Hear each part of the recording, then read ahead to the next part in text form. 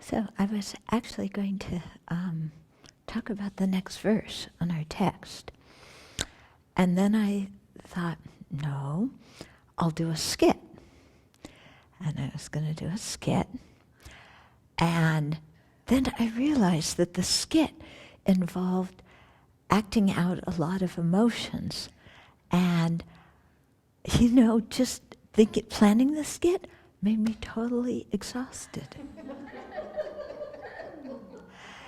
And I was walking over here and I thought, wow, if just planning a skit, make-believe, with all these tumultuous emotions makes me exhausted, what happens when we actually feel those emotions ourselves? We're totally wiped out zombies, aren't we? Yeah? I mean, it's just exhausting. No wonder we need to sleep so much. So I was thinking about, when we get all emotionally worked up, either because somebody hurt our feelings, or somebody blamed us for something we didn't do, or somebody pointed out something we did do that they weren't supposed to point out, or even somebody breathed and we didn't like the way they breathed, Or they smiled and we didn't like the way they smiled. Or they coughed. Oh my goodness, they coughed in the meditation hall, in the middle of my samadhi. The only time I ever have any concentration, then they cough. Yeah. I mean, the fact that I was concentrated on planning my revenge for somebody who harmed me 20 years ago, that doesn't matter. It was still concentration. And they coughed and interrupted my revenge story. Yeah? So I was just thinking about, they call them disturbing emotions and afflictions for a reason. They're called afflictions because they afflict our mind. Yeah? They call them disturbing emotions because they disturb our mind. They make us unhappy. Yeah?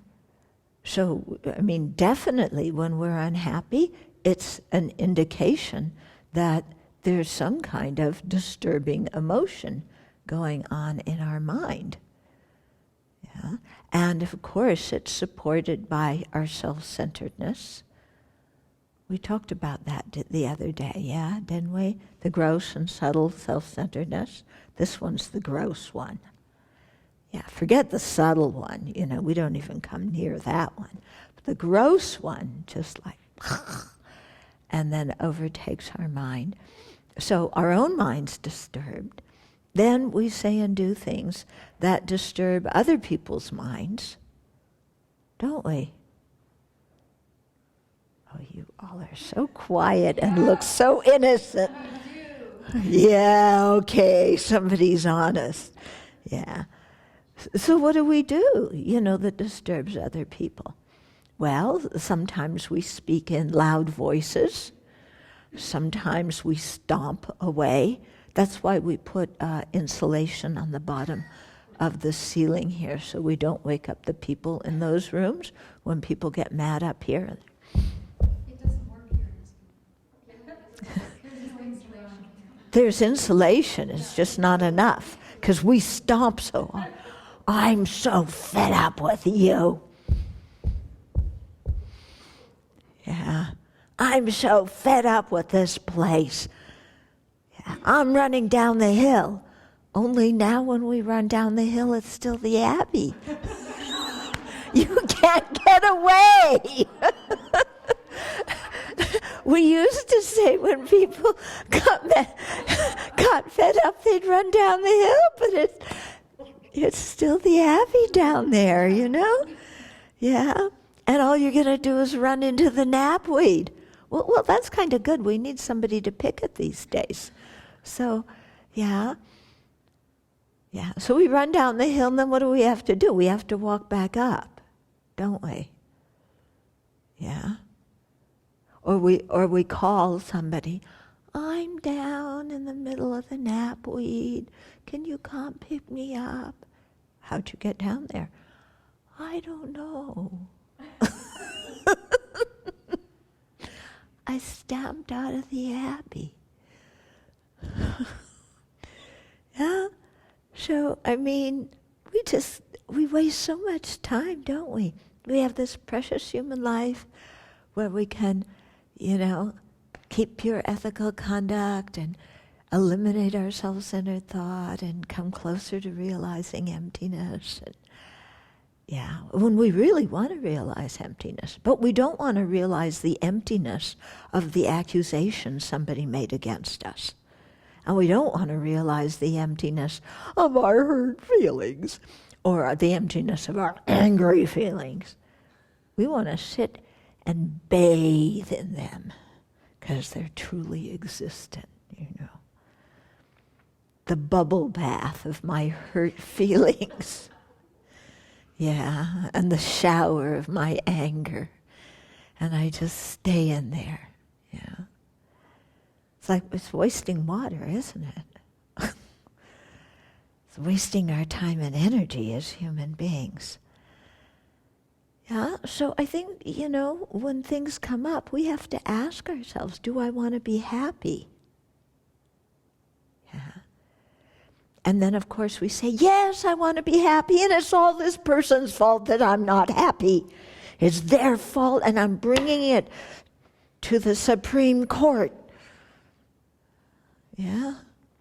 It's all their fault. Well, so what?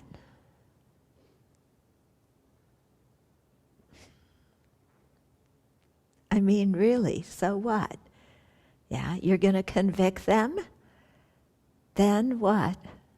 Are you going to be happy after you convict them? No, you'll still be miserable. Yeah? You'll still be miserable.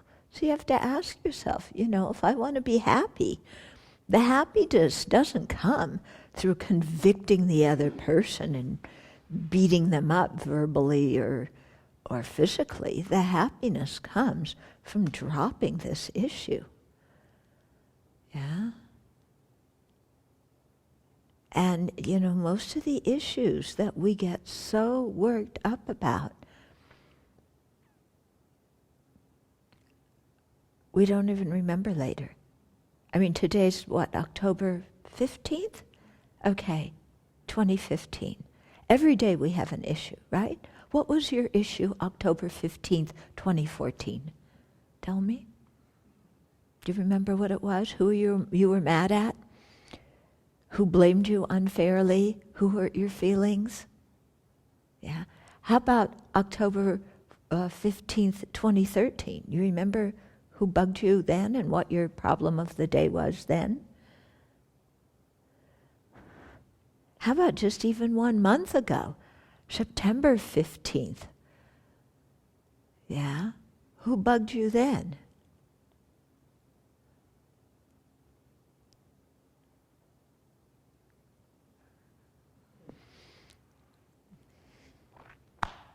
Okay?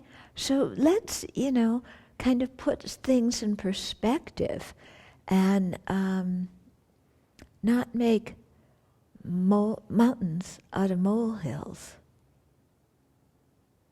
Yeah? Because it just creates problems for ourselves, for the people we live with. Yeah? And it doesn't really resolve anything.